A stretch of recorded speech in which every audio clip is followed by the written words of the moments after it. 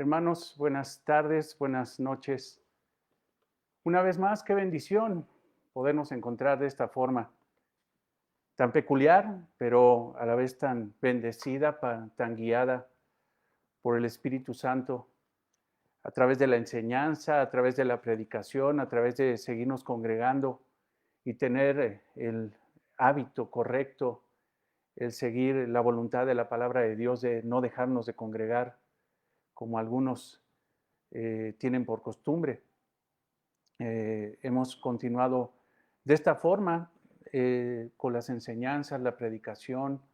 Sé que es una forma sumamente extraña, que añoramos ese contacto físico, ese contacto fraternal de la iglesia cuando nos congregamos ahí en, en el lugar donde Dios por gracia nos ha permitido estar durante ya, pues, ya más de 3 años. No más, yo creo 3 años y medio. La verdad es que sabes que soy medio malo para los cálculos de fechas, pero tenemos ya bastante tiempo ahí. Pero aquí estamos, hermano, por la gracia del Señor. Y te pido que tomemos un tiempo de oración, un tiempo donde pidamos por las peticiones que seguramente vas a mandar y que te quiero decir que Dios las sabe de antemano.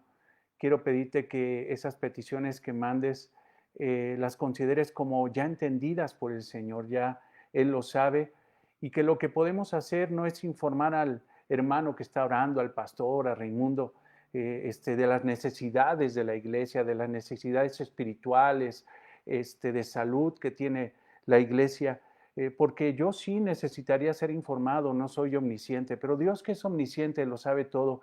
Él ya lo sabe, hermano, hermana, y quisiera que tú ores en el sentido de darle gracias a Dios por lo que está permitiendo, que se glorifique en esas circunstancias, que nos permita ver su gloria, su poder a través de las circunstancias difíciles que están, y que le podamos dar gracias al Señor, porque todo lo que nos pasa en nuestra vida, aún una circunstancia de enfermedad, de adversidad, de carencia, de falta de trabajo, es para bien para nosotros. No podemos pedirle a Dios que no queremos eso, que cancelamos eso, cancelamos la enfermedad, cancelamos el desempleo, porque simple y sencillamente sería una oración antibíblica, una oración que no sería conforme a la voluntad de Dios, sino conforme a nuestros deseos egoístas, porque el deseo egoísta del hombre, de la mujer, que no entiende la voluntad de Dios, es simple y sencillamente estar bien. Yo quiero estar bien, por eso yo me acerqué a Dios, porque yo quiero estar bien. Pero hermanos, eso no es lo que enseña la palabra de Dios. Aún Dios permite pruebas en nuestra vida, dificultades en nuestra vida, enfermedad en nuestra vida, carencias en nuestra vida, para pulir nuestro carácter y hacernos entender que todo opera para bien. Y que una forma como somos pulidos, una forma como somos perfeccionados, madurados, es por medio de las pruebas. Entonces, no pidamos a Dios que nos quite los problemas, las pruebas, la enfermedad, las carencias. Pidámosle a Dios hombros fuertes para poder soportar la prueba y soportar hasta el punto donde Él quiera, porque sabemos que Él está perfeccionando a la iglesia. Recuerda una cosa, hermanos, la Biblia nos lo enseña. Dios nos manda pruebas no para destruirnos, sino para perfeccionarnos. Entonces, demos gracias a Dios por eso. Amado Señor, te damos gracias. Gracias, Señor, porque consideras, Señor, nuestros corazones, Señor, para pulirnos, para que a través de las adversidades, a través de las pruebas, a través de tantas cosas, Señor, que nos están pasando en estos días, Señor, tan difíciles, Padre, nosotros podamos decirte gracias. Porque, Señor, no somos huérfanos ni advenedizos, porque no estamos, Señor, lejanos de tu propósito, Señor. Tú nos has salvado, tú nos has hecho tus hijos, y como tus hijos, Señor, no somos perfectos, y cada día, Señor, a través, Señor, de la obra de tu Espíritu Santo, a través de esa obra de santificación, Señor, que llevas a través de tu Espíritu, Señor, a través de tu palabra, Señor, permites, Padre, pruebas para que nosotros cada día nos parezcamos más a Cristo. Señor, perdónanos, Señor, si con amargura nos hemos quejado de la adversidad y de la prueba, Señor. Si hemos considerado, Señor, incluso que esto no viene de ti, Padre. Perdónanos por eso, porque nada, Señor, es ajeno, Señor, a tu voluntad. Todo, Señor, lo permites, Señor, todo lo mandas con un propósito inherente a ti, Señor. Nada, Señor, escapa de tu perfecta voluntad, Señor, y en tu perfecta voluntad está perfeccionada tu iglesia, Padre. Hacer madurar a tu iglesia, Señor. Hacernos caminar por un camino, Señor, de rectitud, un camino, Señor, que no deja de ser adverso, porque en este mundo encontraremos aflicciones, pero Padre, confiamos, Señor, porque tú has vencido al mundo, Señor. Y nosotros estamos confiados, Señor, que la obra del mundo, Señor, no será, Padre Santo, para destrucción, Señor, para nosotros no será, Señor, para muerte, sino será para perfección y para vida, Padre, a través de la obra del Espíritu Santo, a través de la obra de nuestro Señor Jesucristo, sabemos, Señor, que todo lo que permites en nuestra vida, aunque tenga facha, Señor, de cosas malas, todo es bueno, Señor, porque coopera para que nos parezcamos más a nuestro Señor Jesucristo. Perdónanos, Señor. Perdónanos, Padre, porque queremos todo de la gloria de Cristo. Queremos todo, Señor, lo inherente a Cristo, pero no queremos los clavos, no queremos el sufrimiento, no queremos el dolor, Padre. No lo queremos y no lo aceptamos, Padre. Y eso es inmadurez espiritual. Eso es desconocimiento de tu propósito, Padre. Aún, Señor, tú nos dijiste, Padre, que en este mundo tendríamos aflicción. Aún en este mundo, Padre, un cristiano se puede enfermar. Aún un cristiano, Señor, puede tener adversidad económica, pérdida de empleo. Pueden pasar muchas cosas en la vida de un creyente. Pero, Padre, tú nos has garantizado una sola cosa, la vida eterna, Señor, lo dice en Primera de Juan. La vida eterna, Señor, nos lo has garantizado, Señor, pero, Padre, junto con eso, Padre, nos has garantizado tantas promesas, Padre, tantas cosas bellas, Señor, tantas cosas eternas, Padre. Pero también, Señor, nos dijiste que en este mundo tendríamos aflicción. Por eso, Padre, te pedimos perdón, Señor, porque hemos creído que la vida cristiana, Señor, no va a tener adversidad, ni dolor, ni enfermedad, Padre. Perdónanos por eso. Entendemos, Señor, hoy a través del estudio de tu palabra, que eso, Señor, es una promesa y se cumplirá. Pero la perfección de esa promesa, Señor, será cuando estemos delante de tu presencia. En este mundo, Señor, podemos contar, Señor, que somos salvos por la obra de nuestro Señor Jesucristo. Podemos contar, Señor, de que el Espíritu Santo mora en nosotros. Podemos contar, Señor, con la garantía de las promesas, Padre, que nos has dado, Señor, incluso que pueden impactar nuestra vida, Señor, presente y nuestra vida, Señor, seguramente de una forma eterna. Te damos gracias por todo eso, Señor. Gracias, Señor, por las pruebas. Gracias por la enfermedad. Gracias, Señor, aún por los problemas económicos. Gracias, Señor, por el sufrimiento, porque todo eso nos permite, Padre, conocerte más, profundizar más, humillarnos más, para que tú, Señor, nos forjes un carácter más parecido al de nuestro Señor Jesucristo y menos parecido al de nosotros mismo, Señor, al del mundo, al del pecado, Señor. Gracias, Padre, porque a través, Señor, de las pruebas, tú sigues forjando nuestros corazones para tu gloria y para tu honra, Señor. Oramos y te damos gracias en el nombre de Jesús. Amén. Amén. Bien, hermanos, pues quisiera yo que avanzáramos en este estudio que tenemos del libro de John MacArthur, Distintos por Diseño, y estábamos estudiando todo lo que es necesario para tener una iglesia saludable, una iglesia que glorifique al Señor, una iglesia que sea digna para los propósitos del reino, para los propósitos de nuestro Señor Jesucristo en esta tierra. Y a través, habíamos aprendido de la sana doctrina, tendremos una vida saludable en la iglesia. Cuando se predica la sana doctrina, hay una vida saludable dentro de la iglesia. Tiene que pasar eso, porque si esas personas, estos creyentes, esta iglesia cristiana, esta iglesia genuina cristiana, es impactada por la sana doctrina de una forma obligada, de una forma espiritual, entendiendo que la iglesia está para obedecer lo que dice la palabra de Dios, la sana doctrina, esa iglesia obligadamente va a ser una iglesia saludable. ¿Una iglesia perfecta? No, no lo va a ser. En esta tierra no somos perfectos, hermano.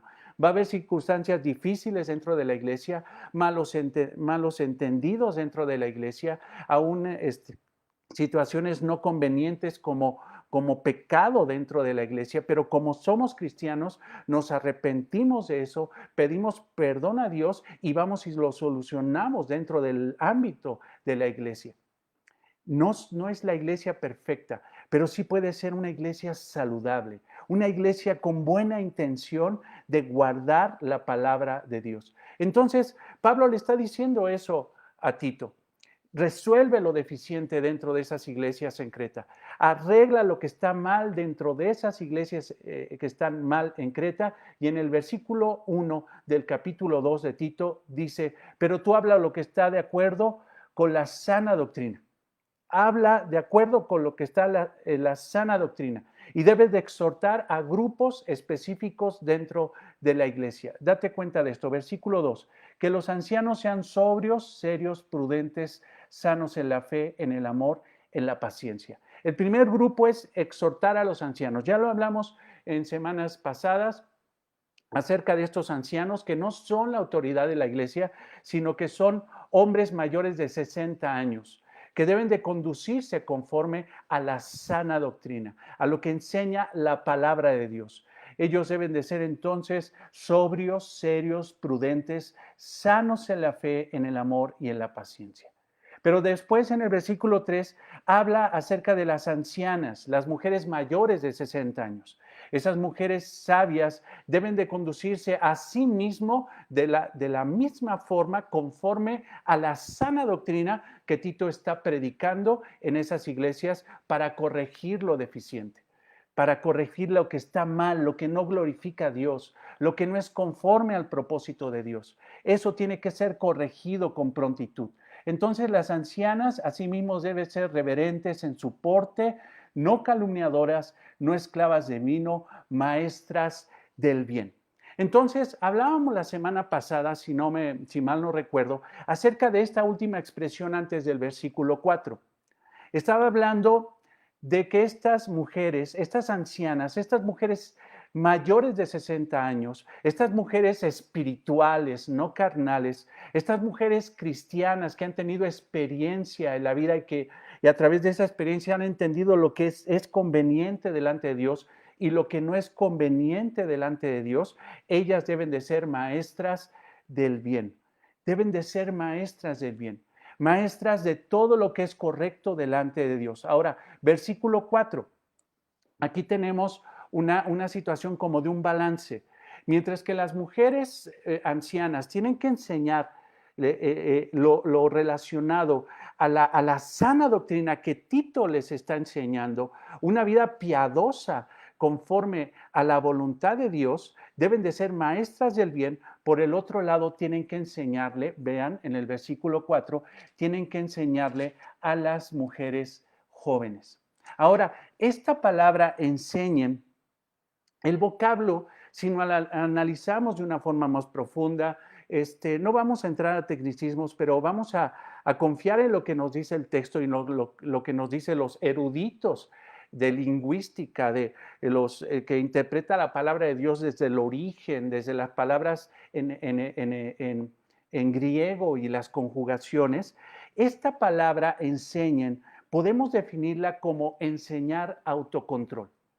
Esto es muy importante. O sea, estas mujeres ancianas que han llegado a tener experiencia de no vivir bajo las pasiones desordenadas de una juventud que no tiene dominio propio, ahora ellas a través de la experiencia, a través del dominio del Espíritu Santo, a través de lo que les ha enseñado la palabra de Dios, ellas tienen que enseñarles, versículo 4, enseñarles que enseñen, y dentro de esa palabra enseñen, por eso es muy importante ver las palabras en griego, están diciendo enséñales autocontrol, a ser sensatas, a ser mujeres prudentes, a ser mujeres que tengan dominio propio, a que muestren el fruto espiritual, que tengan dominio propio, autocontrol.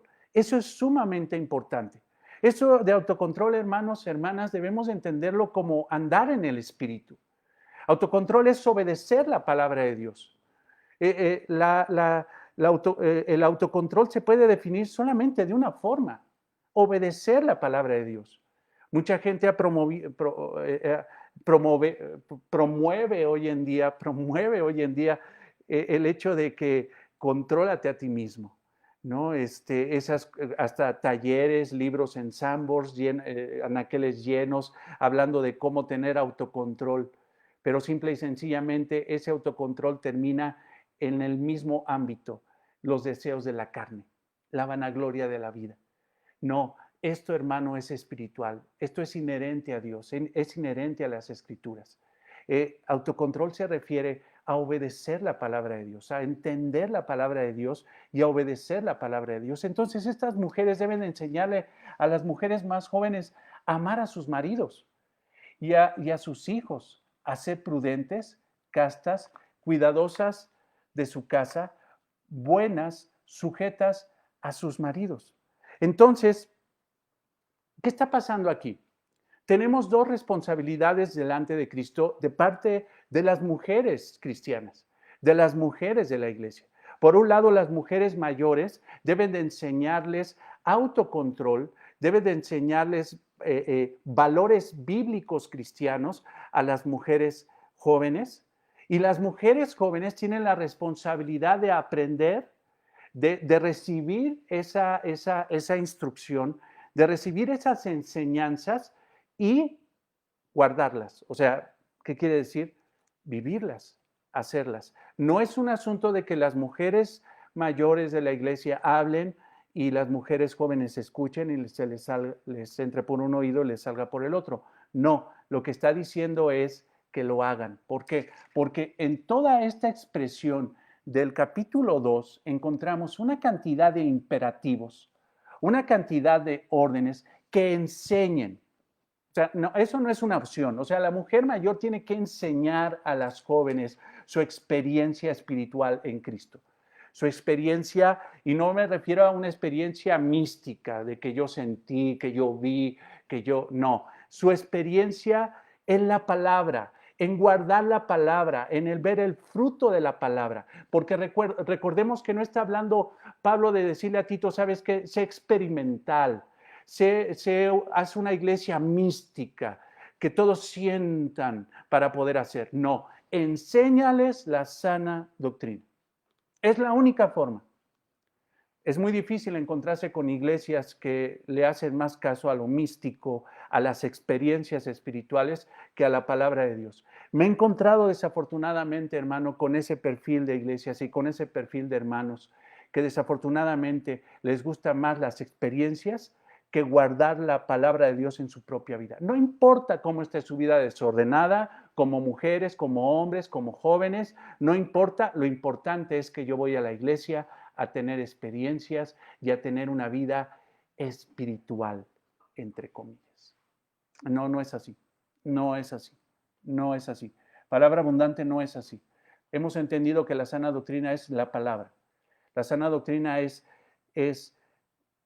predicar la palabra, leer el texto, exponer el texto, ilustrar el texto para que pueda ser entendido con otros pasajes bíblicos y aplicar el texto, o sea, toda enseñanza que estamos viendo de la palabra de Dios, aplicarla hoy en nuestra vida.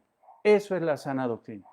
Entonces, estas mujeres ancianas tienen que enseñarle virtudes, cualidades, virtudes a estas mujeres jóvenes, Vamos a ver el primero.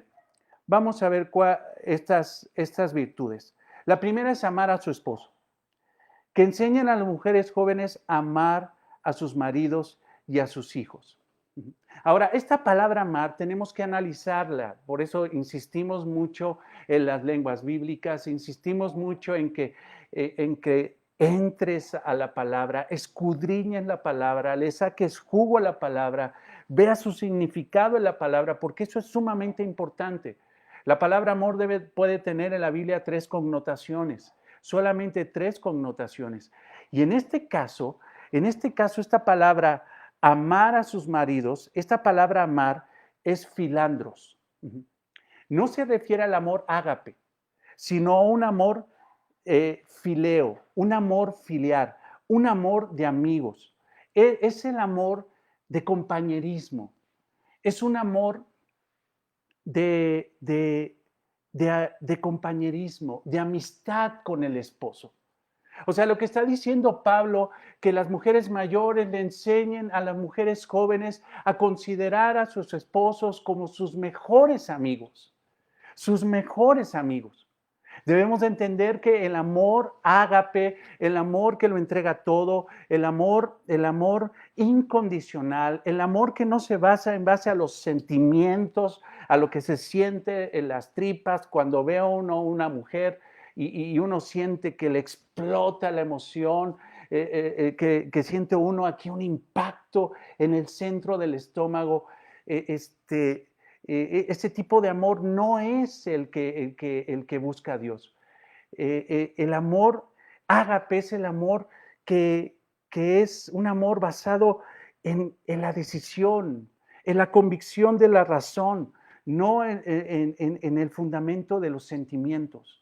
No, ese amor ágape, regreso al tema, ese amor ágape se lo pide al esposo, que el esposo ame a su esposa como Cristo ama a su iglesia, que el esposo agape a su esposa como Cristo agapea a su iglesia. Pero en este caso, a la mujer le está pidiendo un amor filial, o sea, que considera a su esposo como su amigo, como su mejor amigo. Pablo usa el mismo vocablo para describir ser mujer de un solo hombre. Por ejemplo, si tú vas a primera de Timoteo 5:9, si lo apuntas o si vas rápido, te darás cuenta que utiliza esa expresión. Ser mujer de un solo hombre es una expresión que utiliza Pablo, pero que está muy relacionada también con esto que dice que las jóvenes amen a sus maridos. ¿Cómo podríamos ver esta circunstancia, esto que está diciendo, esta enseñanza, esta instrucción, mejor dicho, instrucción que está dando Pablo a las mujeres jóvenes? Si tú eres una mujer joven, si tú eres una mujer joven, considerar a tu esposo, si estás casada, como tu mejor amigo, tu mejor amigo. Previamente quisiera aclarar algo, me viene ahorita esto a la cabeza, ¿qué es una mujer joven? Seguramente te lo preguntaste. Estas mujeres jóvenes, son las que son consideradas que son más menores de 60 años de edad. Consideremos que la cultura griega, en la cultura incluso hebrea, una mujer mayor de 60 años, porque eso ya lo hemos explicado en otras partes de este estudio, una mujer mayor de 60 años era considerada anciana. Entonces, cualquier mujer que sea menor de 60 años, aunque tenga 59, aunque esté ya incluso muy cerca de los 60, es considerada como una mujer joven. Básicamente porque también lo vemos en el comentario de John MacArthur, en el comentario del libro que estamos estudiando, Distintos por Diseño, habla de mujeres que pueden concebir, que pueden tener todavía un hijo. Estas mujeres son consideradas como jóvenes. Por ejemplo, en el caso de Sara, cuando estudiamos la palabra de Dios en Génesis, cuando ella incluso se rió al saber de que ella, imposible tener un hijo. ¿Por qué? Porque era una mujer que ya tenía 90 años de edad. Era una mujer que incluso fue para ella ocasión de risa porque dice, ya se me pasó el tiempo de poder tener un hijo. Ya se me pasó ese tiempo, ya no son los tiempos, ya mi cuerpo ya no está para tener un hijo. Pero podemos considerar, hermanos, que hoy una mujer con un buen tratamiento, un buen cuidado, una mujer de 40 años, una mujer de 30 años, puede tener un hijo. Entonces, quería decirte que una mujer joven, en el contexto de lo que estamos hablando aquí en en Tito 2, versículo 4, se refiere a una mujer que puede tener hijos, que puede criarlos y por consiguiente puede tener un marido para tener esa familia. Entonces, hablando también del contexto, en aquel contexto de aquel tiempo, en el año 56, cuando fue escrita esta epístola 56 después de Cristo, el hecho normal de una mujer ya después de los 16, 17, 18 años, 20 años, era que se casara. Era incluso algo anormal a la vista de la gente que una mujer no se casara a esa edad. Recordemos nada más, dicho sea de paso, que Pablo aclara que no es una deficiencia, sino que es un don el hecho también de que una mujer no se case, porque fue un don dado por Dios y que puede dedicarse con mayor plenitud al servicio del Señor en esta tierra. Lo dice en 1 Corintios 7. Entonces, pero era normal que tuvieran un esposo. Esas mujeres entre recordemos por ejemplo en el contexto hebreo, María, la madre de Jesús, tuvo a Jesús aproximadamente como a los 13, 14 años de edad. En ese tiempo ya la mujer podría, una niña incluso para nuestra cosmovisión actual, pues podía tener un niño. Entonces, desde esos tiempos donde el vientre ya puede tener un bebé, hasta el tiempo que ya el vientre de una mujer no puede tener un bebé considerado a los 60 años, en ese tiempo, en ese lapso de poder gestar un hijo, en ese tiempo es considerar a la mujer como joven. Y entonces esta instrucción es para las mujeres jóvenes, para las mujeres que tienen la posibilidad de tener un esposo y de tener hijos. Para ellas es que consideran a su esposo como amigo, tener un amor filial con ellos. Ellas deben de tener un amor servicial con su esposo, un amor donde consideren a su esposo como como su mejor amigo. Recuerdo tristemente que hay muchas mujeres que dicen, tengo amigos, sí, incluso ya me casé y tengo un súper amigo. Mi mejor amigo es fulanito de tal en la secundaria. Fulanito de tal de la prepa, ese es mi mejor amigo, nos tomamos un café, aún mi esposo no se encela cuando voy y tomamos un café, platicamos, él es mi mejor amigo. Pero la palabra de Dios enseña que tu mejor amigo debe ser tu esposo, tu mejor amigo. Incluso en el contexto bíblico enseña que el mejor amigo de un cristiano debe ser otro cristiano. Y podemos considerar que probablemente sea tu esposo creyente y debe de ser tu mejor amigo. Pero si no fuera ¿cómo se llama? Si no fuera creyente, aún la palabra de Dios dice que debe de haber una relación fraternal entre ellos. Entonces, esa es la instrucción del apóstol Pablo hacia las mujeres jóvenes a través de Tito. Dice, considere que sus esposos sean realmente su mejor relación de amistad. Esa es la exhortación. Seguramente en el contexto grecorromano de esa isla de Creta, pues seguramente no había esa relación. No había esa relación. Y Pablo está exhortando a tener una relación espiritual y a considerar al esposo con un amor filial de parte de esas mujeres jóvenes. Seguimos avanzando, hermanos, y después dice que sean amantes de sus hijos. O sea, lo primero dice ahí que enseñan a las mujeres jóvenes a amar a sus maridos, a tener una relación filial, firme, una relación amorosa, filial con sus maridos. Obviamente, yo quiero aclararte una cosa. O sea, estamos obligados a amar a nuestro prójimo con un amor ágape. O sea, tú, aunque tengas marido y tienes que mostrar un amor fraternal con tu esposo, no te olvides que hay un mandamiento aún sobre eso, que es amar a tu prójimo como a ti mismo. Y cuando habla la palabra de Dios acerca de amar a tu prójimo como a ti mismo, está hablando de un amor ágape, está hablando de un amor ágape, un amor incondicional, pero también debe de haber un amor fraternal con tu esposo. Bien, después dice que en el versículo 4, que enseñan a las mujeres jóvenes a amar a sus maridos y a sus hijos. Que vaya, hermana, que creo que aquí, por una cuestión natural, no te costaría mucho trabajo entender que debes de amar a tus hijos. Esta palabra, amor a los hijos, es la palabra griega filotecnos. Filotecnos. Quiere decir amar a los niños, amante de los niños, amar a los hijos.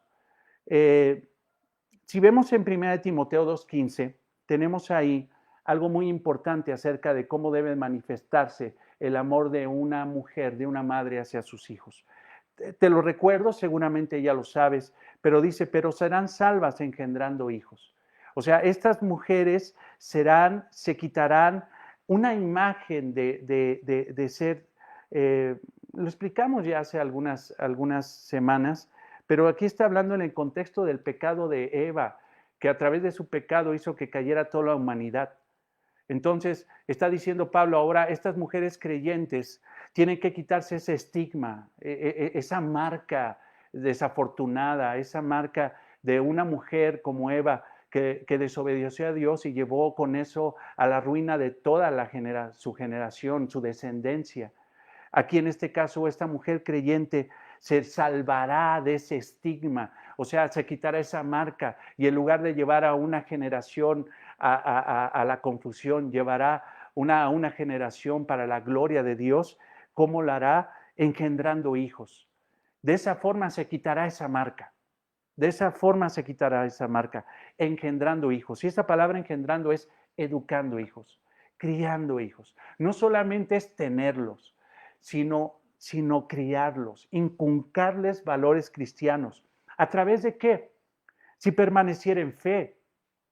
Fe se refiere a ese cuerpo de doctrina, a ese creer en ese cuerpo de doctrina, o sea, conocer la Biblia y guardar la Biblia a través de una vida llena de amor, una vida en santificación, o sea, que vean sus hijos cómo su madre cada día es más semejante al carácter de Cristo, con modestia, con humildad, con un sentido de darle gloria a Dios y no darse gloria a ella. Entonces, esa es la forma de amar a los hijos. Muchas veces crees que amar a los hijos es darles lo que quiere. Hay un concepto tan equivocado que hay hoy en día de que yo como mamá amo a mis hijos y mi forma y mi manifestación de amor hacia mis hijos es de que ellos simple y sencillamente sean felices y sanos. No, hermana, no es así. No es así.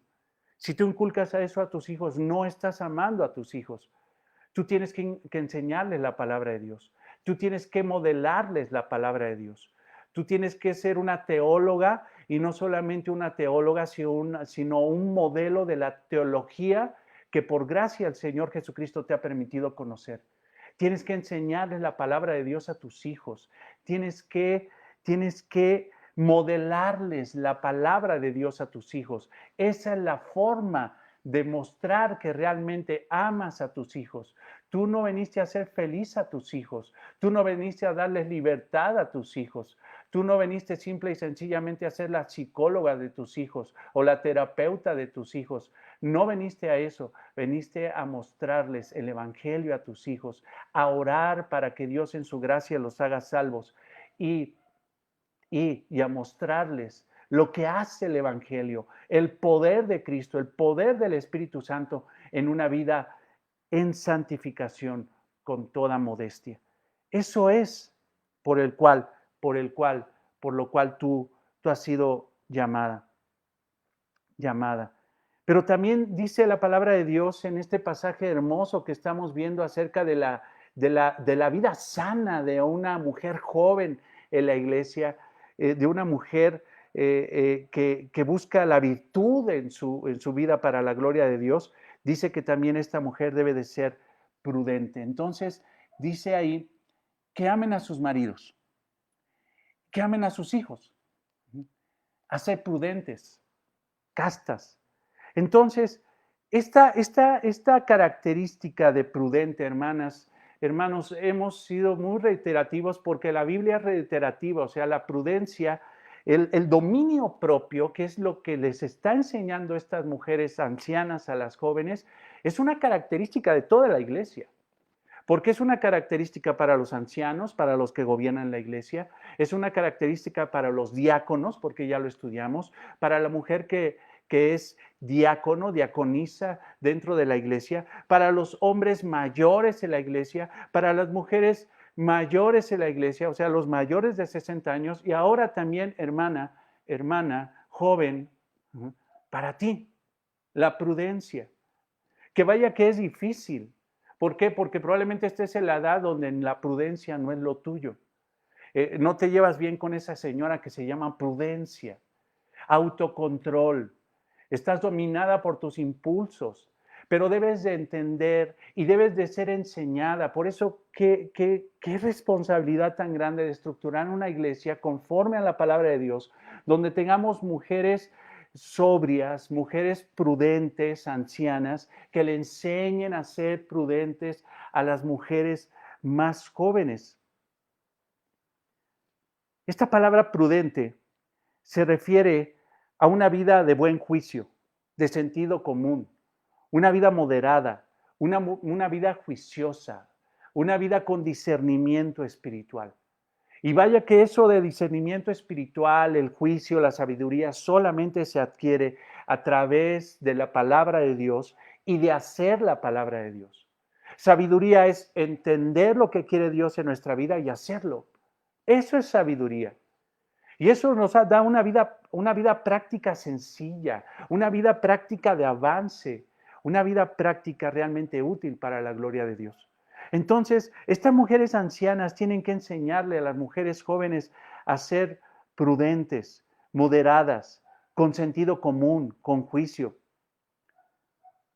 Se refiere esto al buen uso del sentido común, de una buena toma de decisiones en la vida, de aprender a escoger lo bueno y a desechar lo malo. Esto, hermanas, es difícil, pero qué hermoso es cuando tú llegas a la iglesia, hermana joven, y tu hermana anciana, se juntan para que tú, hermana anciana, le enseñes lo que es una vida de buen juicio, de buenas decisiones, una vida cotidiana, una vida donde sencillamente hay una comunión aún más estrecha entre ustedes, entre la mujer madura en Cristo y la mujer joven en Cristo, que se unen para la gloria de Dios. Y esta, la más experimentada en el Evangelio, no se retrae para enseñar a esta mujer en amor, y esta no se retrae para aprender de ella, y se juntan en un compañerismo, en una hermandad hermosa. Ahora, la prudencia no se pasa por imposición de manos. La prudencia no se pasa por tomarse 2 litros de prudencia. No, la prudencia se aprende a través de la palabra, y lo que vemos aquí en el contexto es de que se aprende a través de un buen ejemplo de una mujer madura. Entonces, hermana joven, si quieres un buen consejo, búscate una mujer sabia, mayor dentro de la iglesia, para que sea ella una de tus mejores amigas. Una de tus mejores amigas. Que si tú tienes 25, 30 años y estás con esta situación de que no he sido sabia en la toma de mis decisiones, busques a una mujer que pueda explicarte cómo ser sabia en base a la palabra de Dios, pero que también ella te modele esa prudencia, esa vida que ha tenido autocontrol para que tú puedas asimilarla. Desafortunadamente, y vaya que no lo juzgo, no estoy diciendo que esté mal, pero muchas veces la mujer joven busca a otra mujer joven para ser su consejera. Y creo que un ciego guiando a otro ciego, un cojo guiando a otro cojo, es difícil. No estamos diciendo que todas las mujeres jóvenes estén descalificadas de tener prudencia. Yo conozco mujeres jóvenes, pero no son muchas, que son muy prudentes, incluso más prudentes que una mujer de 60 años. Tampoco estamos diciendo que todas las que tienen 60 años van a ser prudentes, pero estamos hablando de un orden espiritual, de un orden simple y sencillamente espiritual. Ya llegaste a los 60, debes de ser prudente. y tú tienes edad, una edad que no ha llegado a los 60, tienes 20, 30, necesitas aprender prudencia. Y eso lo puedes aprender a través de la palabra, a través del modelo de mujeres que tienen un carácter bíblico. Ahora, siguiendo con esto, dice hacer castas. Castas. Dice ahí, hacer prudentes, castas, cuidadosas de su casa. Castas. Estas mujeres deben de ser agnos, es la palabra en griego. Y la palabra en griego agnos se refiere a puras, inocentes, santas. Entonces las mujeres jóvenes deben de ser moralmente puras, virtuosas, sexualmente fieles a sus esposos. Eso es lo que se refiere. Ahora, entendemos, y está quizá de más decirlo, entendemos que esto es para toda la iglesia de Cristo. Debemos de ser castos. Pero aquí hay una instrucción, o sea, las mujeres ancianas deben enseñarle a las mujeres jóvenes que deben de ser castas, castas, puras sexualmente. Entonces, cuando se acerca una mujer mayor y empieza a dar consejos de adulterio, de que tu cuerpo es tu cuerpo, que goza y que si te hicieron eso, pues págale con la misma moneda, esa no es una consejera, ese es el diablo. Acércate a mujeres que realmente te enseñen la pureza sexual con su propia vida y también con la exhortación de la palabra de Dios. Esas mujeres deben de ser limpias. En 1 Timoteo 2, 9, 10, te recuerdo, dice que esas mujeres, asimismo que se tienen que ataviar con ropas decorosas, con pudor y modestia. Pudor. O sea, tener control de su cuerpo, autocontrol de su cuerpo, vestirse con autocontrol, vestirse de una forma adecuada, analizar si realmente esta forma de vestirme no llevará a pecar a los hombres. Mis movimientos, mi forma de expresión corporal, o sea, debe de haber autocontrol en eso. Y yo sé que ahorita hay una revuelta en todo ese tipo de cuestiones porque ¿quién eres tú para juzgar mi forma de vestir? Yo me puedo vestir como quiera. Será los conceptos del mundo, será los conceptos de una sociedad que de plano no tiene absolutamente nada para valorarse, absolutamente nada para seguir. Esos conceptos simple y sencillamente concentrados en el hedonismo, el egoísmo, la autosuficiencia, no son los conceptos que necesita una mujer joven. La palabra de Dios te está exhortando a que tú seas una mujer pura, una mujer inocente, una mujer virtuosa. Y si estás casada, debes de ser una mujer fiel a tu esposo. Debes de conducirte con pudor, con modestia, con una vergüenza saludable. No vergüenza de ser mujer, lo aclararon ya ni me acuerdo, hermanos. No vergüenza de ser mujer, o sea, qué bello que seas mujer. Qué digno es que seas mujer. Eres coheredera de la gracia, eres un ser igual que el hombre, delante de Dios eres igual que el hombre y siendo igual que el hombre, así como el hombre debe de conducirse con pureza sexual, así también tú te tienes que conducir con pureza sexual. Primera de Pedro 3:6 dice, vuestro atavío no sea el externo de peinados ostentosos, de adornos de oro, de vestiduras de lujo, vestidos de lujo, sino al interno, el de corazón, en el incorruptible ornato de un espíritu afable, apacible, que es de grande estima delante de Dios. O sea, esto es de gran estima delante de Dios. Tú tienes que buscar las cosas que son de gran estima para Dios.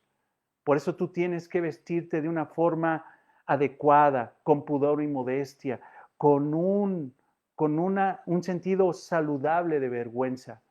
Controlar tu cuerpo, controlarte. Ahora dice que debe ser cuidadosa de su casa. Veamos ahí. 5. Hacer prudentes, castas, cuidadosas de su casa. Cuidadosas de su casa. Lo hemos enseñado, hermanas, lo hemos enseñado. Mujer virtuosa, ¿quién la hallará? Ese proverbio 31 de de esa mujer sabia que instruía a su hijo para escoger una buena esposa, para escoger una esposa conforme a la voluntad de Dios, una mujer virtuosa, una mujer extraordinaria. En todo el contexto de ese Proverbio 31 que te invito para que lo vuelvas a estudiar, está hablando de una mujer que era cuidadosa de su casa, una buena ama de hogar. Esa mujer debe de estar administrando su hogar.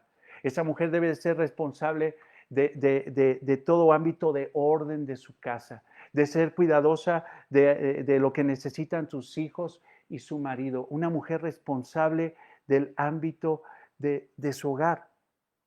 Ahora hemos entendido que hoy, por cómo están las circunstancias, la sociedad como está, le es necesario muchas veces que la mujer trabaje para sacar adelante la casa y de alguna forma se aleja de las cuestiones del hogar para ir a acercarse ahora a una empresa, prestar sus servicios para poder traer el sustento. Si hay un entendimiento, una comunión y si el esposo de alguna forma no por flojo, sino porque está difícil el asunto, no ha podido sacar adelante las cuestiones de la economía de la casa para sustentar todo lo que se necesita. A veces es necesario que la mujer salga a trabajar, pero sin embargo es imperativo, es una orden, cuida tu casa. O sea, no está diciendo cuida tu negocio, cuida la empresa, cuida el gran corporativo, cuida tu licenciatura o tu puesto o tu liderazgo en tu empresa. No. La prioridad número uno de una mujer creyente es cuidar su casa. Y en ese ámbito es no descuidar a sus hijos y no descuidar el amor y la relación fraternal y la relación de sumisión que debe tener con su esposo. Si es necesario bajar las expectativas económicas de la vida para tener una vida más bíblica, bájalas. Si es necesario pagar una renta más humilde en un lugar a lo mejor no tan amplio, no tan lujoso, no con tanta plusvalía, pero ya ella tendría la oportunidad de quedarse en su casa y ser ama de su hogar, hazlo, porque ahí estará la bendición de Dios. Pero qué desafortunado es cuando eligen un nivel de vida alto, un coche mejor del año, una renta, una hipoteca, se les va a los 30, 35 mil, 45 mil pesos y dicen, wow, mira, qué logro tan grande tengo como mujer que puedo ayudarle a mi esposo, ni siquiera ayudarle, yo soy la que pago la hipoteca, pero no eres ama de ese hogar, porque simple y sencillamente se te va el asunto en estar en otras cosas que en lugar de estar en lo que Dios dice. No juzgamos, claro, no condenamos, no satanizamos el hecho de que la mujer trabaje. Aún la mujer virtuosa era una mujer emprendedora, era una mujer que trabajaba, era una impresionante mujer de negocios, pero nunca descuidó su casa. Entonces estas mujeres ancianas que ya pasaron por el tiempo de cuidar una casa durante tanto tiempo, de cuidar hijos y engendrarlos, verlos crecer y irse, de probablemente incluso llegar el momento de que a lo mejor hasta sus esposos estuvieran, ellas fueran viudas porque sus esposos hayan muerto. Estas mujeres ancianas tendrían que enseñarle que la prioridad de la vida, prioridades en la vida a estas mujeres jóvenes y recordarles, instruirles, ordenarles, porque así dice la palabra de Dios, no descuides tu casa, porque si la descuidas va a haber consecuencias graves. Ahora, dice ahí que sean buenas, dice buenas, bondadosas. Una mujer joven debe de caracterizarse por ser gentil, compasiva, misericordiosa, simpática. Oye, estás chava, ¿no? Como dicen por ahí.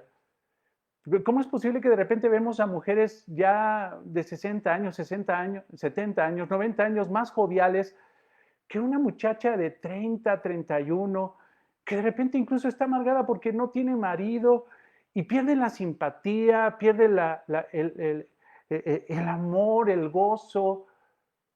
No. Estas mujeres deben de caracterizarse por gozo, por ser buenas, gentiles, compasivas, misericordiosas. Te pido por favor que vuelvas a leer Proverbios 31, la mujer virtuosa. Esa mujer era compasiva, no contraía su mano para ayudar a las personas. Era una persona amorosa, era una persona bien conocida por virtud, incluso entre su comunidad. Esa mujer era compasiva. Y así deben de ser las mujeres jóvenes, compasivas hacia otros. Ellas, aunque reciban mal, deben de pagar con el bien. Aunque las traten mal, deben de pagar con el bien.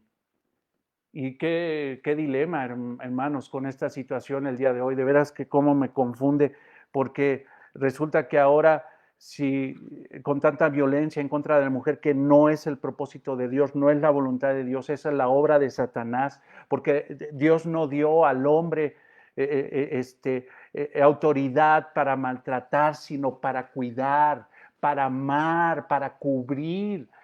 Por eso Dios diseñó a un Adán con la capacidad de ser autoridad amorosa para cubrir a su esposa, y su esposa en un sentido de no pecado, en un sentido de bondad, dejarse amar por su esposo, cubrirse por su esposo, entender que es ayuda idónea para él, complementarse.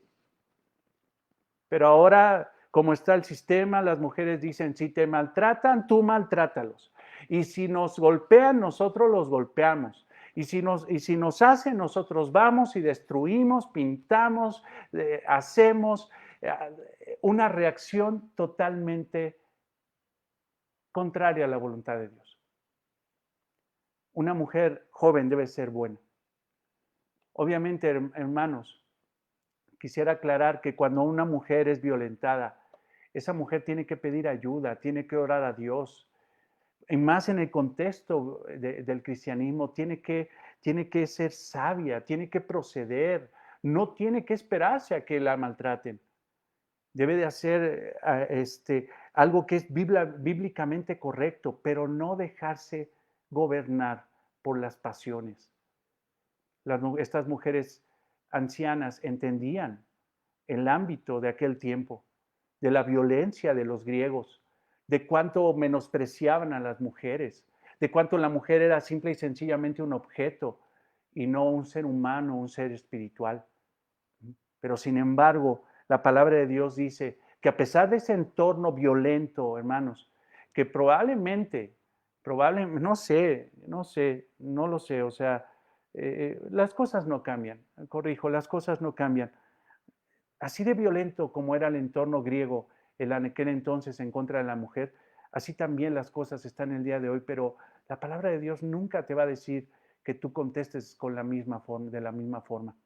Tú tienes que responder con el bien, aunque te hagan mal. Deben de ser bondadosas. Dicho con firmeza, si hay alguna situación donde tu hermana está siendo violentada por tu esposo, háznoslo saber. Háznoslo saber a la iglesia. Acércate con nosotros, acércate conmigo. ¿No? Y nosotros procederemos conforme a lo que dice la palabra de Dios, porque ese hombre no le fue autorizado, no le es autorizado que se violente en contra de ti. Él tiene que cuidarte y amarte, y él tiene que ser disciplinado, él tiene que ser exhortado y tiene que ser confrontado, y tú tienes que ser cubierta. Si él no te cubre, la palabra de Dios te cubre y la iglesia te cubre. Entonces deben de ser bondadosas, sujetas a su esposo, ahí dice, sujetas a sus maridos, sujetas a sus maridos. Entonces, hermana, pues, ¿qué te digo acerca de la sujeción? Esa palabra sujétate es la palabra hipotazo. Esa palabra es una palabra que tiene un sentido como militar, vaya, ponerse bajo las órdenes de. Pero sin embargo, siempre en el contexto de que habla la palabra de Dios, de que una mujer se sujete, se ponga bajo la cabeza de su marido, está diciendo en un sentido espiritual, no de imposición, no de imposición. Las mujeres cristianas no ven la sujeción hacia sus esposos como una amenaza a su libertad. No ven la sujeción a sus esposos como debilidad. Déjame decirte que incluso la sujeción de una mujer cristiana a la autoridad de su esposo, a la autoridad amorosa de su esposo, porque así debe ser un hombre cristiano, no es debilidad, es una gran virtud, es crecimiento espiritual. Porque si una mujer hace eso, está mostrando que realmente el Espíritu Santo la gobierna. No se refiere a que te alinees y te calles, que tú, que simple y sencillamente, hipotazo, te pongas bajo la autoridad de tu esposo y que, aunque no quieras, pues ni modo ahí. No, se refiere a una mujer espiritual que dice, claro, porque dice la palabra eso, y porque amo a Cristo, y porque sé que cuando yo me alineo bajo esa situación, me estoy alineando bajo algo maravilloso que es el Evangelio. Cristo cabeza y su iglesia, su novia, su cuerpo, alineada, sometida bajo la autoridad de su cabeza amorosa que es Cristo. Eso es virtud. Eso es virtud. Déjame decirte incluso, hermana, joven o incluso anciana, hermana, que no te sujetas a tu marido, te digo contundentemente, con la Biblia abierta, que no te sujetas a Cristo. Y no podrías decir que amas a Cristo si no te sujetas a tu marido. No puedes decirlo. No hay fundamento bíblico para que tú puedas decir semejante cosa. Eso es una mentira. Pero si tú te sujetas a tu marido, como dice la palabra de Dios, y lo haces con sinceridad, con perfección, hermana, no eres perfecta. No eres perfecta. Nadie es perfecto que seamos cristianos. No hay cristianos perfectos, pero sí hay cristianos maduros. Y si tú, hermana, tú te sujetas a tu esposo, te pones bajo su cobertura, entiendes que Dios te dio un velo de cobertura, entiendes que Dios te diseñó para ser ayuda idónea, no para ser la cabeza. Dios no te diseñó para ser la cabeza en el matrimonio, te diseñó en un lugar sublime, extraordinario, maravilloso, para ser ayuda idónea de tu esposo. Hemos enseñado mucho eso. Primera de Pedro 3:1-6 dice asimismo, vosotras mujeres, estad sujetas a vuestros maridos, para que también los que no creen en la palabra sean ganados sin palabra por la conducta de sus esposas. Y aquí está hablando en un contexto el apóstol Pedro de mujeres que están casadas con hombres incrédulos. Pero dice, ustedes sujétense, nunca la palabra de Dios va a exhortar a una mujer a que deje de ponerse bajo la autoridad de su esposo. Nunca.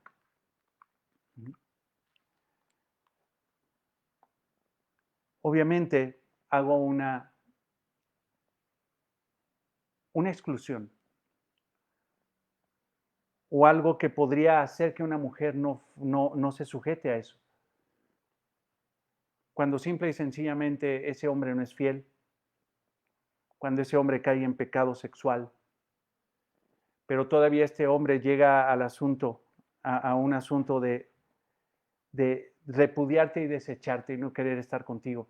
Dice la palabra de Dios en primera a los Corintios 7:15, que simple y sencillamente ya no te sujetes a él. Si el hombre incrédulo se separa, sepárese, porque la mujer creyente no está sometida a servidumbre en semejante caso, sino a paz nos ha sido llamada. Entonces, es importante todo eso, hermana, pero tú debes de ser una mujer virtuosa. Tantas cosas que hemos hablado acerca de la sujeción de la mujer, pero confío que tú has estudiado y que tú puedes aún profundizar más en este concepto maravilloso de la palabra de Dios. Sujetas a sus maridos para que la palabra de Dios no sea blasfemada. Qué importante es eso. Porque simple y sencillamente lo que está diciendo la palabra de Dios es, si tú no te comportas, si ustedes mujeres ancianas no enseñan a las mujeres jóvenes a comportarse conforme a la sana doctrina, lo primero que van a atacar los incrédulos es a la palabra. Eso es una realidad.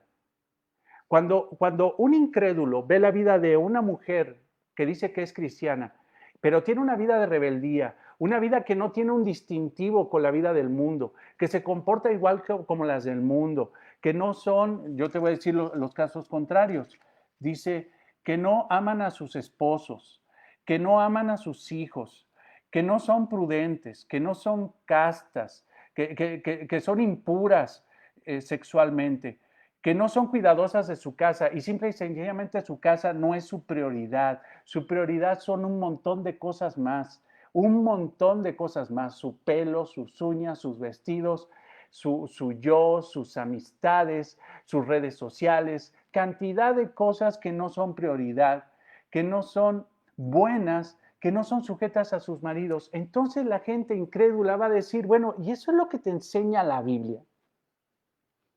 Y eso es lo que enseña la supuesta sana doctrina, la palabra de Dios. Claro que no van a llegar al asunto de sana doctrina, eso lo entendemos nosotros como cristianos.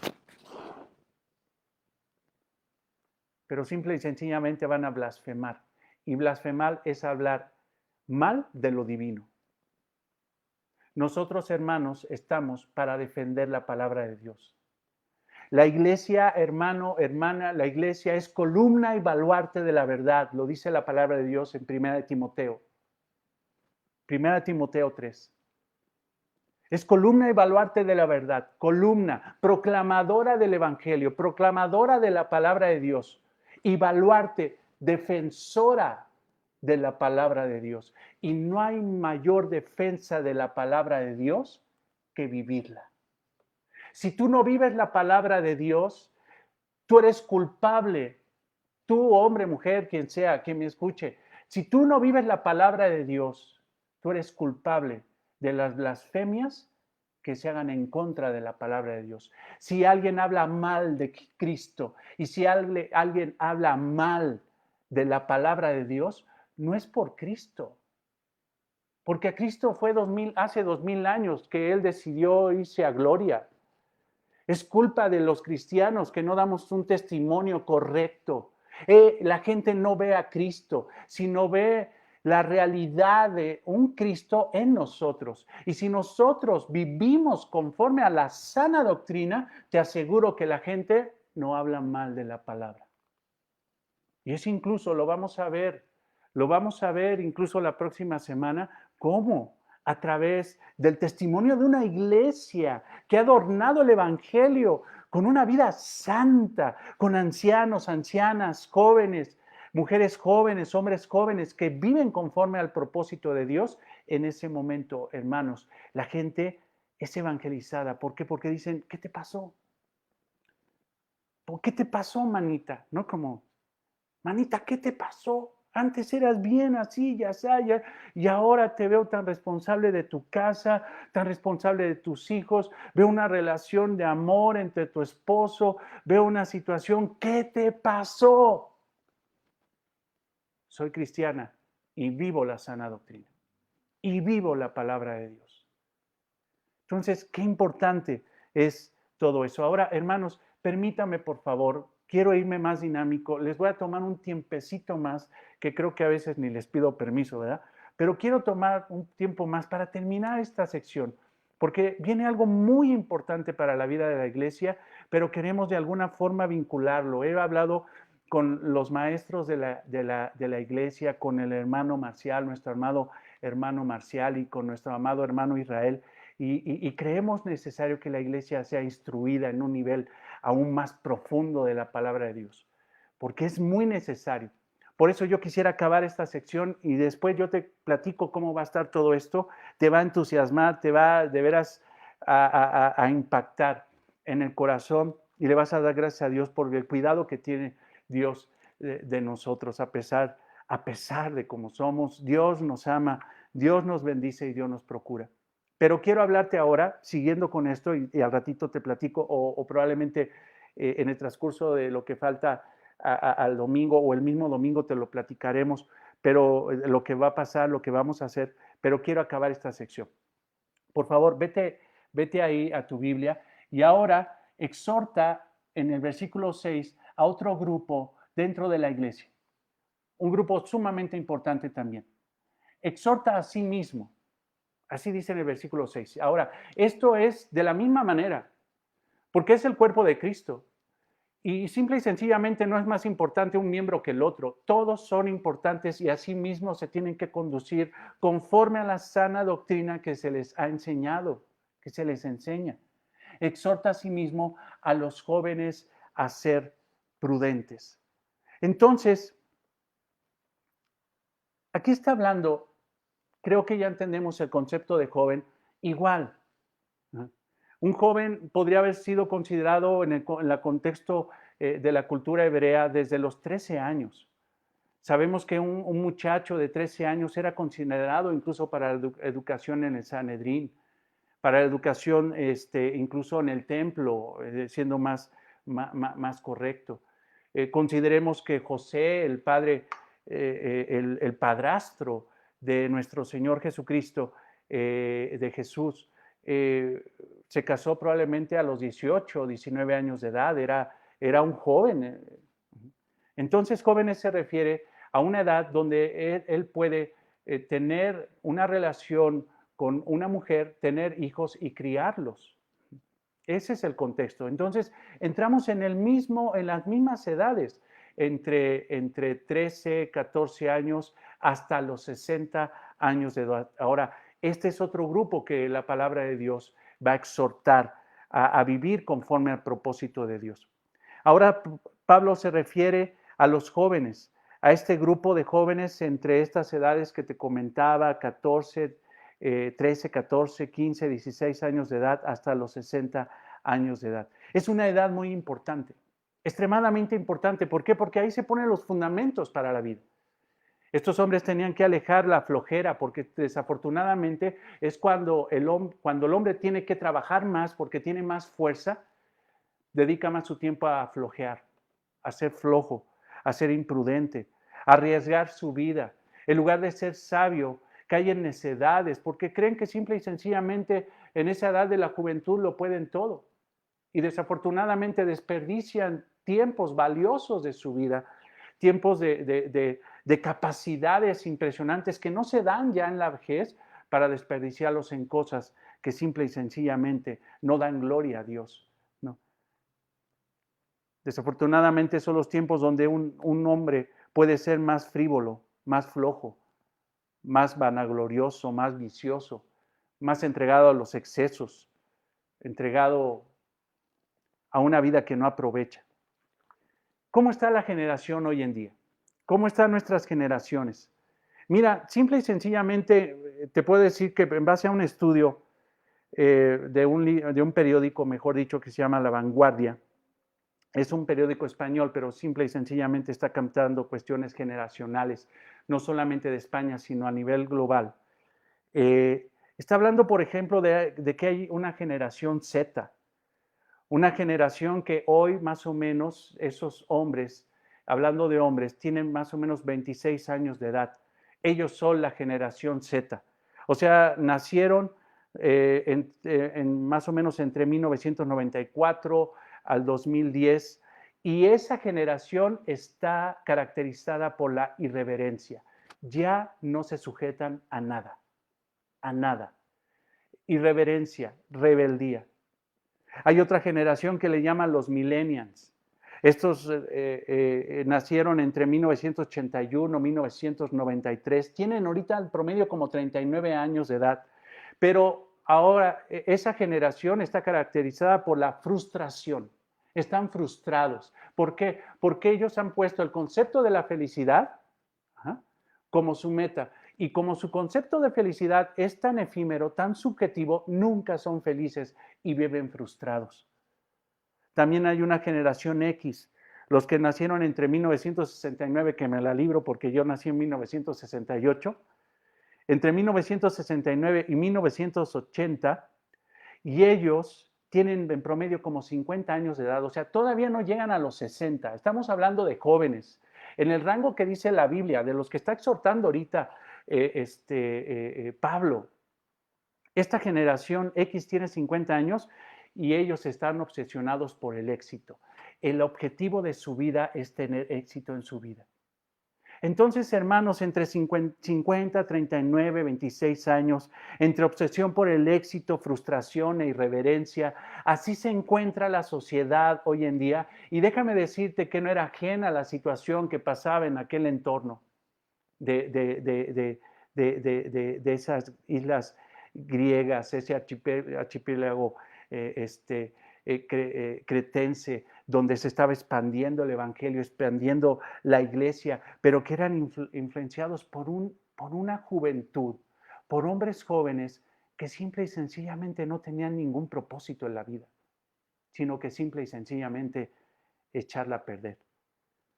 Entonces, John MacArthur, por ejemplo, en el libro dice, ¿por qué se genera ese tipo de generaciones? Irreverentes, frustradas, obsesionadas por el éxito, obsesionadas por la vanagloria. Puede ser en dos sentidos, dice John MacArthur. Por padres consentidores, que simple y sencillamente el centro de su vida son sus hijos, y que están para darle todo a sus hijos y simple y sencillamente hacen a sus hijos codependientes, hijos inútiles, hijos que no son capaces para enfrentar la vida porque todo depende de sus padres, todo depende de lo que les dan sus papis. O también puede ser por la ausencia de los padres, donde esos hijos crecen sin educación, sin realmente control, crecen como animalitos salvajes que simple y sencillamente van a ser irreverentes. Cada generación, la generación Z, la generación millennials, la generación X, son el fruto de los padres. Pero ahora Pablo le está hablando directamente a los jóvenes, ya le habló a los ancianos, ya le habló a las ancianas, seguramente le está hablando ahora a los hijos de ellos y les está diciendo, ahora exhorta a los jóvenes, asimismo a los jóvenes, a que sean prudentes. Híjole, eso es lo que menos es un joven. Eso no lo hace un joven. Hacer prudente en esas edades es imposible. Porque prudente, otra vez vamos al mismo concepto. Autocontrol, equilibrio, discernimiento, juicio. Mientras que un joven ahora a esas edades, 20, 30 años, son impetuosos, sin dominio propio. Es algo que estás pidiendo, Pablo. Pero recordemos que simple y sencillamente Pablo le está hablando a creyentes. Le está hablando a personas, a jóvenes que son cristianos, que tienen el Espíritu Santo, que han menguado para que la obra del Espíritu Santo dé fruto en sus vidas para la gloria de Cristo. Por eso en 2 de Timoteo 2:22 le dice a un discípulo considerado también como joven, porque dentro de su ministerio en Éfeso era considerado como un muchacho, a pesar de que Timoteo podría haber tenido ya 60 años de edad o poco más o poco menos, él simple y sencillamente le está exhortando a tener una vida correcta, una vida con dominio propio, no una vida impetuosa a este joven pastor de la iglesia de Éfeso. Escucha esto. Segunda de Timoteo 2:22. Segunda de Timoteo 2:22. Huye también de las pasiones juveniles y sigue la justicia, la fe, el amor y la paz, con los que de corazón limpio invocan al Señor. Segunda de Timoteo 2:22. Huye de las pasiones juveniles, sé puro sexualmente.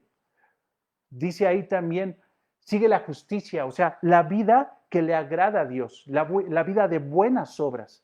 Una vida de fe también dice, la fe, pistis en el griego, que quiere decir ser una persona fiel, fidedigna, una persona confiable.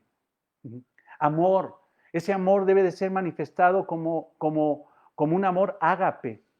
Debe de ser también, dice, y sigue la justicia, la fe, el amor y la paz. Una persona tranquila, con calma total, porque él tiene una relación con el Dios único y verdadero, una relación salvífica. Si Él es el príncipe de paz, yo vivo en paz. Y un corazón limpio.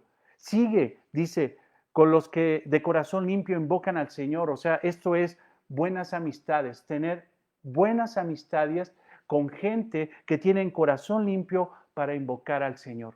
Ahora, ¿qué vemos en todo esto? Vemos una definición de prudencia. Si tú quieres ser prudente, ve por ejemplo 2 Timoteo 2:22. Huye de las pasiones juveniles, sigue la justicia, la fe, el amor y la esperanza, con los de corazón limpio invocan al Señor, o sea, buenas amistades. Eso es una vida prudente. Es una vida que debe ser exhortada en los jóvenes de la iglesia. Así podemos definir la prudencia. Si vemos en 1 de Pedro 5:5, vamos avanzando, hermanos.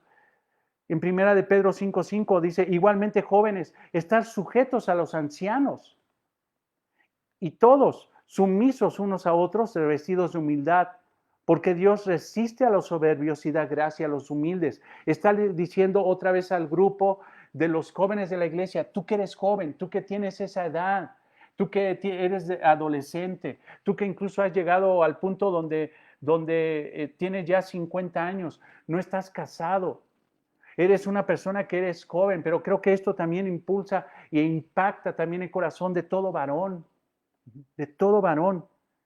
Dice, igualmente jóvenes, están sujetos a los ancianos. Y estos ancianos no son los viejitos de la iglesia. Estos ancianos son los presbíteros, o sea, los pastores de la iglesia. O sea, un joven se tiene que alinear bajo la autoridad piadosa, bíblica, de sus pastores dentro de la iglesia.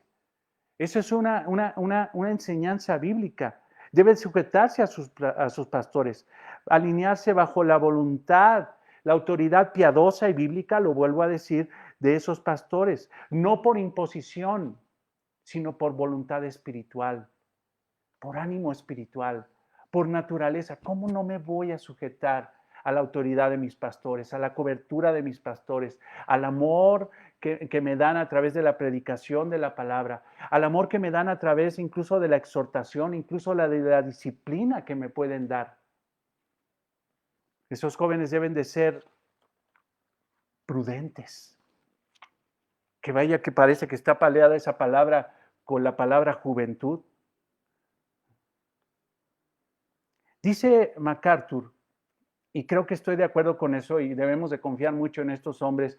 Lo volvemos a decir, no somos macarturianos, pero confiamos que estos hombres Dios los levantó con sabiduría, con luz, para podernos enseñar la palabra de Dios. Y dice MacArthur que esta expresión en todo, si tú ves este pasaje del 6 y el 7, esta expresión en todo encaja mejor al final del verso 6.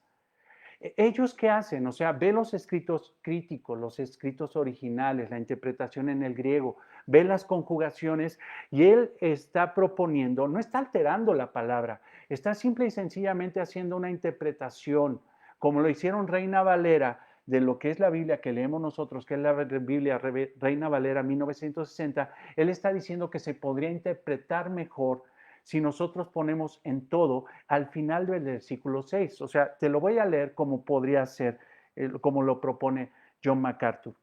Exhorta a sí mismo a los jóvenes a que sean prudentes en todo. Versículo 7, presentándote tú como ejemplo de buenas obras. Si te fijas, sacamos ese en todo del versículo 7 y lo ponemos al final del versículo 6 y da mucho sentido, da mucho sentido. ¿Por qué? Porque está diciendo Pablo que el ámbito de la prudencia de un varón joven debe de ser en todo ámbito de su vida. No es de que sea prudente en esto y sea imprudente en esto. No, la prudencia debe de ser, el autocontrol debe de ser en todo ámbito de su vida. Y te lo reitero, en su vida sexual, en su vida delante de Dios, una vida de justicia. Huye de las pasiones juveniles, vida sexual. Sigue la justicia, una vida conforme al propósito de Dios, una vida justa, de buenas obras. La fe, que seas fiel, una persona de amor, un amor, el amor de Dios que Dios ha puesto en ti para darlo a Él y a los demás. Y la paz, una relación de paz con el Salvador. O sea, todo ámbito de vida, tu sexualidad, tu mente, tu relación con los demás, tu testimonio con los demás es lo que tienes que cuidar. Debes de ser prudente, autocontrol en todo, en todo.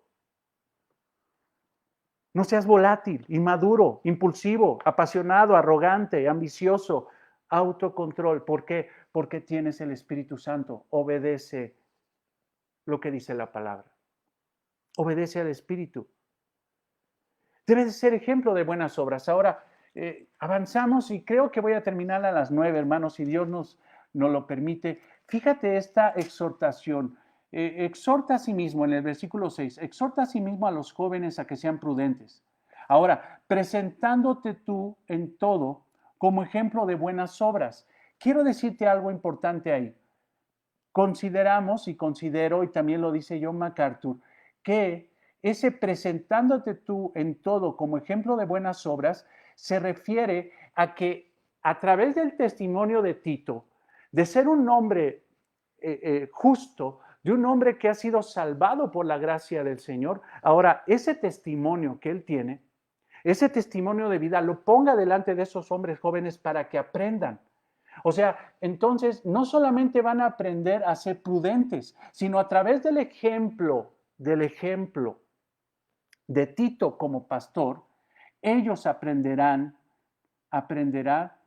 dice, presentándote en todo como ejemplo de buenas obras. Aprenderán buenas obras, en la enseñanza mostrando integridad, aprenderán integridad, seriedad, palabras sanas e irreprochables, de modo que el adversario se avergüence. Entonces, no solamente aprenderán, la exhortación no es solamente a ser prudentes, sino vienen más características y entre ellas un ejemplo de buenas obras. Buenas obras se refiere a una vida conforme al propósito de Dios, una vida justa, la justicia de Dios. Cuando vemos la expresión justicia dentro de la Biblia, puede referirse a dos cosas. Puede referirse al ámbito del carácter justo de Dios, a la justicia de Dios. Puede referirse también al Evangelio, agrego otra connotación de justicia. Puede referirse incluso hasta nuestro mismo Señor Jesucristo. Pero en este ámbito, en este contexto de este texto, se refiere a buenas obras, justicia. Buenas obras también se refiere a justicia. Justicia, entonces, ¿qué quiere decir en este contexto? Una vida conforme al propósito de Dios, una vida que le agrada a Dios, una vida que se alinea al carácter de Dios, que se alinea a la palabra de Dios. Entonces, Tito tiene que enseñarles a través de una vida ejemplar de buenas obras, enseñarles buenas obras a los jóvenes dentro de la iglesia. No hay mejor forma de enseñar que con el ejemplo. Hay un impacto tremendo, mucho mayor entre lo que se hace a lo que se dice. Entonces, Tito tendría que modelar también el evangelio para que ellos aprendieran buenas obras, pero estos hombres jóvenes estaban obligados a aprender lo que es una vida justa, una vida llena de justicia, una vida conforme al carácter de Dios, una vida de buenas obras. Ahora, ve que dice integridad. Versículo 7, presentándote tú en todo como ejemplo de buenas obras, en la enseñanza mostrando integridad, motivos puros. Así lo llama MacArthur en esa parte del libro. Integridad, sinceridad, sin diluir, sin alterar, un carácter íntegro, no desmoronado, no desintegrado, no destruido, pero sobre todo, integridad se refiere sin corrupción. O sea, Tito tendría que remodelar una vida sin corrupción, una vida sincera, sin corrupción, una vida íntegra, una vida que por la gracia del Señor es lo mismo aquí que acá, porque a fin de cuentas esa vida, ese corazón, esa concepción, esa cosmovisión entiende que Dios está y ve todo. está en todos lados y ve todo, y que Dios es el último evaluador y el más objetivo evaluador de nuestra vida. Todo lo ve Dios. Y una persona íntegra está consciente que no vive para darse gusto a Él, ni darle gusto a los hombres, sino vive para darle gusto a Dios con una vida íntegra, una vida de buenas obras delante de Dios que todo lo ve.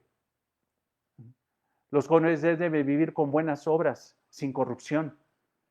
Esos hombres tienen que hacer buenas obras, pero si nosotros vemos en el contexto, hermanos, porque tenemos que ver contexto, ¿a qué se refiere esa integridad, esa no acepten corrupción? Pues lo está diciendo en el versículo 1. Pero tú habla lo que está de acuerdo con la sana doctrina. ¿Qué es lo contrario a la sana doctrina? Lo corrupto. ¿Y qué es lo corrupto? La doctrina falsa. Entonces, estos jóvenes tenían que profundizar en la sana doctrina, en el conocimiento de la palabra. ¿Para qué? Para no ser corrompidos. La falsa doctrina corrompe la vida de cualquier persona. Pero la sana doctrina enmienda, purifica, dignifica, o mejor dicho, posiciona a una persona para que pueda caminar en el sentido de lo que Dios quiere para él, que le glorifica a él. Entonces estos hombres tenían que limpiar su corazón por medio de la palabra de Dios, de la sana doctrina. Recordemos el Salmo 119, 9. ¿Recuerdas, hermano, cuando predicamos en ese congreso tan hermoso donde hablamos del salmo más largo de la Biblia, la oración más larga de la Biblia, el Salmo 119? Y te recuerdo el versículo 9 que dice, ¿con qué limpiará el joven su camino? ¿Con qué lo limpiará? ¿Con tener 700 amigos en el Facebook? ¿Con terminar una ingeniería? ¿Con terminar una licenciatura? ¿Con casarse? ¿Con comprarse un coche? No, con guardar tu palabra, con guardar la palabra de Dios. ¿Con qué limpiará el joven su camino? O sea, ¿con qué limpiará? ¿Con qué el hombre, ese hombre joven, quitará los estorbos en su camino para caminar realmente un camino conforme al propósito de Dios? Con la palabra de Dios. Ahora, este hombre tiene que vivir con dignidad. Vamos avanzando, hermanos. Gracias a Dios porque siguen ustedes en línea, eso espero. Dice, presentándote a ti mismo como ejemplo de buenas obras, enseñándoles integridad, seriedad, dignidad, seriedad. Esta palabra seriedad podemos interpretarla como dignidad, respetabilidad. O sea, estos hombres tenían que ser tomados en serio, tenían que tomar las cosas en serio, la vida en serio, el cristianismo en serio. Porque no puede ser que el diablo considera esta cuestión seria y a veces los cristianos y a veces los jóvenes no consideran el cristianismo como algo serio. Deben de ser serios. No estamos diciendo que no se diviertan. No estamos diciendo que opaquen la bendición de tener esa energía. Simple y sencillamente es que deben de tomar las cosas en serio. Todo. Las cosas son en serio. Aún la diversión debe ser considerada seria.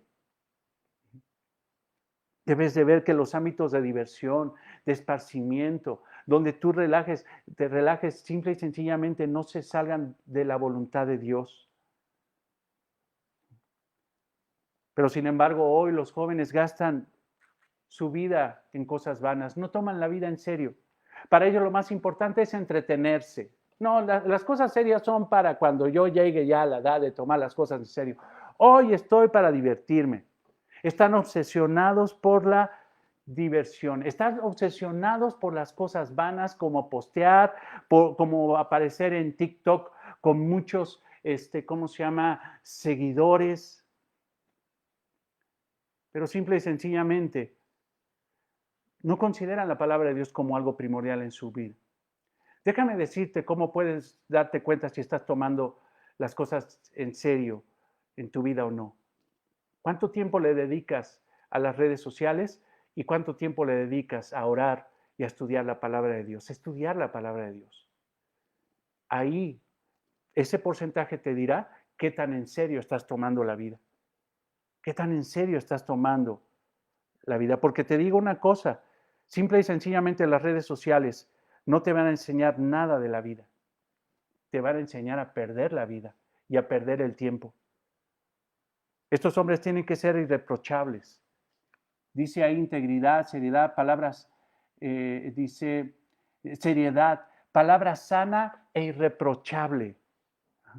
Deben de ser hombres que realmente de su boca salgan palabras sanas. O sea, hemos entendido esa palabra sana. Esa palabra es saludable. Esa palabra es sin dolor. Una doctrina sana produce una expresión, una forma de hablar en los jóvenes sana. Ajá. Una forma de expresarse irreprochable. Una persona se conoce, una persona se conoce lo que tiene en su corazón una persona a través de lo que sale por su boca. El Señor Jesucristo obviamente es una connotación que tendría que explicar, no voy a entrar al texto, pero en Mateo 12:34 da una gran verdad espiritual, porque de la abundancia del corazón habla la boca. Si no hay sana doctrina, si no hay palabra de Dios gobernando, saturando, que la palabra de Cristo more en abundancia en vuestros corazones, les aseguro que cuando ese hombre joven abra la boca, no va a ser para edificación, sino para destrucción.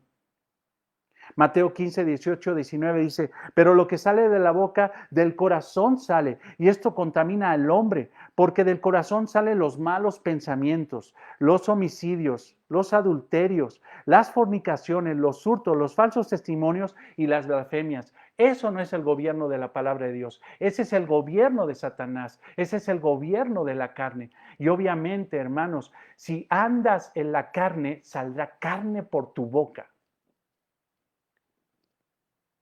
Pero la exhortación es que hablen palabras sanas e irreprochables. Hoy en día a veces ya no entiendo la forma de expresión de la gente joven. Simple y sencillamente dicen, es que pues si no hablamos así no nos aceptan, no me incluyen, no me entienden. Simple y sencillamente yo te recuerdo una cosa, joven. ¿Tú para qué fuiste salvado? ¿Para qué fuiste regenerado? ¿Para que te acepte el mundo o para acercarte más a Dios? Tu forma de hablar, habla.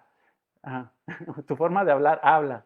Creo que no estoy haciendo un pleonasmo. Tu forma de hablar, habla de quién gobierna tu corazón. Porque este pequeño timón, dice Santiago, puede ser manipulado. Y este pequeño timón gobierna toda la embarcación. Este pequeño timón que se llama lengua, gobierna toda la embarcación. Pero siendo un timón, debe de tener a alguien que lo maneje. Si es el Espíritu Santo, es para la gloria de Dios. Pero si es por Satanás, de ahí va a salir todo lo corrupto y no podrá salir palabra sana e irreprochable. Entonces, la exhortación es contundente. La exhortación es que nosotros, como iglesia, hermanos, tanto pastores como mujeres, como hombres ancianos, mujeres ancianas, mujeres jóvenes, hombres jóvenes, vivamos para la gloria de Cristo. Ahora, ¿y los niños qué?